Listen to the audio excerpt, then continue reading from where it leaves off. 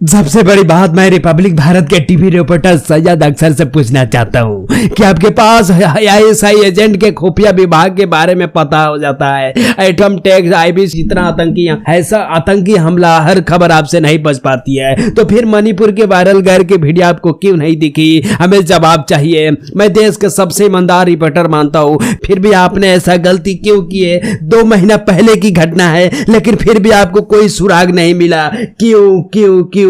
हमें जवाब चाहिए। वहीं सीमा हैदर को आप आईएसआई का एजेंट, आतंकी महिला, लश्कर से उसका नाता जोड़ रहे हैं कि वो आतंकी है, वो हमारे देश को मिटाने आई है, वो हमारे देश को खा जाएगी। दिन भर आप चिल्ला चिल्ला के आवाज उठा रहे हैं कि वो जासूसी है। फिर आप 2 महीने पहले की वीडियो क्यों नहीं देखे? क्यों? हमें इसका जवाब चाहिए। हमारे भारत देश आईएसआई का सबसे बड़ा आतंकी देश हमारे देश में है। यदि आप आतंकों को ढूंढना चाहते हैं तो हमारे इस देश में आईएसआई है, हमारे इस देश में आतंकी है। आप उसे क्यों नहीं ढूंढते हैं? आप उसे सजा क्यों नहीं देते हैं? सबसे बड़ा राक्षस हमारे इस देश में है, तो फिर आप देश के आईएसआई के जुड़े लोगों को पर्दाफाश क्यों नहीं करते हैं? मुझे जवाब चाहिए। भारत का आतंकी हमेशा बेटी बहनों को टारगेट करता है, कभी उसका कत्ल करेगा तो कभी उसका मर्डर करके टुकड़े टुकड़े करता है, तो कभी दहेज की आग में जला देता है। पहले इसका वो खुलासा आप क्यों नहीं करते हैं? इसका हमें जवाब चाहिए। आज एक वीडियो वायरल हो गई, पूरा देश बदले की आग में जल रही है,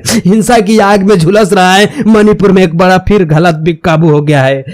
2 समुदायों के बीच में हिंसक तनाव के बीच हैरान करने वाला मामला सामने आया है कि समुदाय की 2 महिलाओं के दूसरे समुदाय ने बिना कपड़ों के घुमाया। सिर्फ घुमाया नहीं, बल्कि उसे सैकड़ों लोगों ने उसके साथ हैवानियत की तरह टूट पड़े। वो महिला बचाव के लिए चिल्लाती रही, लेकिन हजारों की संख्या में दरिंदों भेड़िए उसे नोचते रहे। कई लोगों ने उसके साथ बलात्कार भी किए। आखिर उन लड़कियों की सजा क्या है? उसे मुझे जवाब चाहिए। मैं आपसे पूछना चाहता हूँ, राक्षस लोग हैवानियत वाला काम किया। देश के हर नागरिक इस बात सुनकर हिल गया है। देश के हर लोगों के अंदर खून खौल रहा है। मोदी जी, उन सारे दरिंदों को फांसी दीजिए, किसी को नहीं छोड़िए, नहीं तो पूरा देश आपसे सवाल उठाएगा, जैसे आज भी गांधी से सवाल करता है भगत सिंह को क्यों नहीं बचाए। मोदी जी, मैं आपसे हाथ जोड़कर पांव पकड़कर विनती करता हूं कि इन सबको फांसी दीजिए, किसी को नहीं छोड़िए। पूरा देश बदले की आग में जल रहा है, सबको मार डालिए, सबको जिंदा फांसी होना चाहिए। तो तड़प तड़प के मरे,